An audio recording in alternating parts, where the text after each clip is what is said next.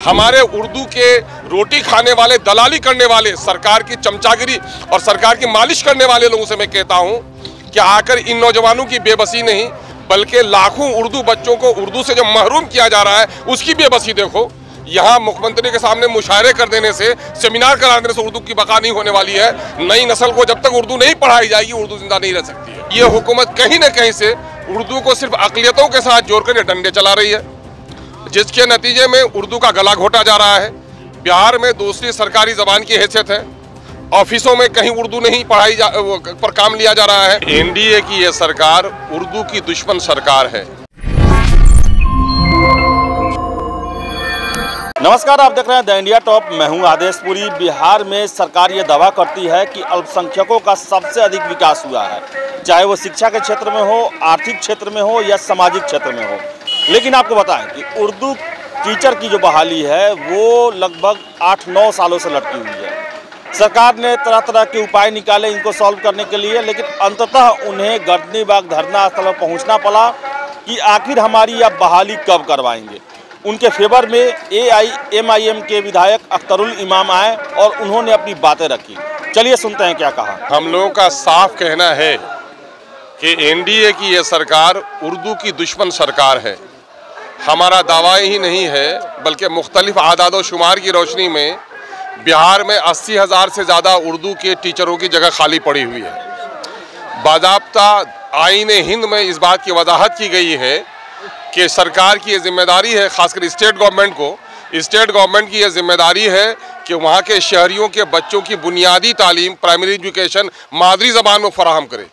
ये तो ज़रूरत इस बात की थी कि क्लास 5th, 6th, 7th तक कम अज़ कम हमारे बच्चों को तमाम तर सब्जेक्ट उर्दू में पढ़ाए जाते, लेकिन वो भी नहीं कराया जा रहा है। अलामती तौर पर एक टीचर सिर्फ स्कूल में दिया जा रहा है, उस पर भी लगभग 3.5 लाख स्कूलों में से 80,000 जगह खाली पड़ी है। और उस पर गुज़िश्ता 7-8 सालों से ये नौजवान अपनी ज़िंदगियां बर्बाद कर रहे हैं और इनकी बहाली नहीं हो पा रही है। एक तो ये है कि इन लोगों ने क्वेश्चन गलत दिए, उस पर कई बार रिव्यू कमेटी बैठी है ना, और मामला सुप्रीम कोर्ट तक गया। सुप्रीम कोर्ट ने भी गवर्नमेंट को इनके साथ सहानुभूति के साथ फैसला करने का वो दिया। और एक तरफ इंसाफ के साथ तरक्की का दावा करने वाली सरकार क्या तालीम के मैदान में भी फिरका परस्ती का जहर घोलेंगे? क्या उर्दू सिर्फ अक़लियतों की ज़बान है? उर्दू तो पंडित बिरजनायन चकबस्त की भी ज़बान है, उर्दू तो प्रेमचंद की भी ज़बान है, उर्दू गंगा जमनी तहजीब की ज़बान है। और ये हुकूमत कहीं न कहीं से उर्दू को सिर्फ अक़लियतों के साथ जोड़कर ये डंडे चला रही है, जिसके नतीजे में उर्दू का गला घोटा जा रहा है। बिहार में दूसरी सरकारी ज़बान की हैसियत है, ऑफिसों में कहीं उर्दू नहीं पढ़ाई पर काम लिया जा रहा है। और बच्चों का मामला जहाँ तक है, पढ़ाई का मामला, उर्दू की किताबें नहीं, उर्दू के टीचर नहीं, यह सरकार उर्दू दुश्मन है। यही नहीं बल्कि उर्दू के जितने भी अदारे हैं, उर्दू एडवाइजरी बोर्ड हो, चाहे उर्दू एकेडमी हो, चाहे मदरसा शमसुल हुदा में टीचरों की जगह का मामला हो, चाहे हाई स्कूल में उर्दू की टीचर की जगह खाली पड़ी हो, कहीं से भी ये उर्दू का गला घोट रही है और ये बगैर ऐलान किए हुए तमाम तर RSS के एजेंडे को नाफिज कर रही है। ये बताएं, इंसाफ के साथ तरक्की की बात करते हैं हमारे मुअज़्ज़ज़ वज़ीर आला, तो आखिर क्या वजह है कि नन हिंदीज़ को आपने कट ऑफ मार्क्स 50 कर दिया और इनका आपने 60 करके रखा है? ये क्या मवाजना है? नहीं, वो है, हमको मालूम है। तो ये मैं समझता हूँ कि उर्दू आबादी के साथ ये एक बड़ी दुश्मनी है, इसको कतई बर्दाश्त नहीं किया जा सकता है।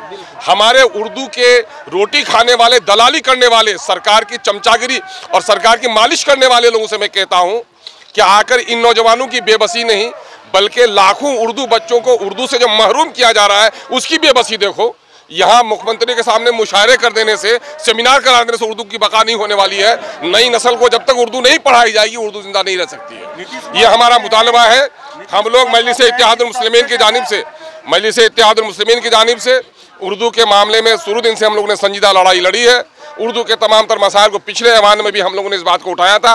अभी हमारे साथ हमारे पार्टी के मुअज़्ज़ज़ रुकन असम्बली हैं जनाब नईमी साहब। हम लोगों ने सिर्फ इन नौजवानों की दर्द को सुनने के लिए यहाँ आने की कोशिश की है कि हम आपके दर्द को जाने। यकीनन है कि रवा इजलास में हम लोग इस सिलसिले में बात करेंगे, वज़ीर आला का भी को तवज्जो दिलाएंगे इंशाअल्लाह।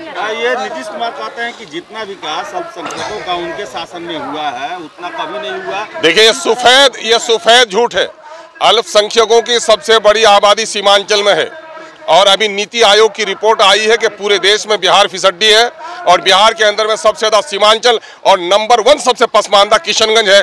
ये अकलियत के साथ दुश्मनी का सबसे बड़ा सबूत है और ये कोई आयरे गैरे की रिपोर्ट नहीं है। नीति आयोग की, सेंट्रल गवर्नमेंट की एक बाज़ाब्ता एक डिपार्टमेंट की रिपोर्ट है, तो अब इसको कैसे झुटलाया जा सकता है?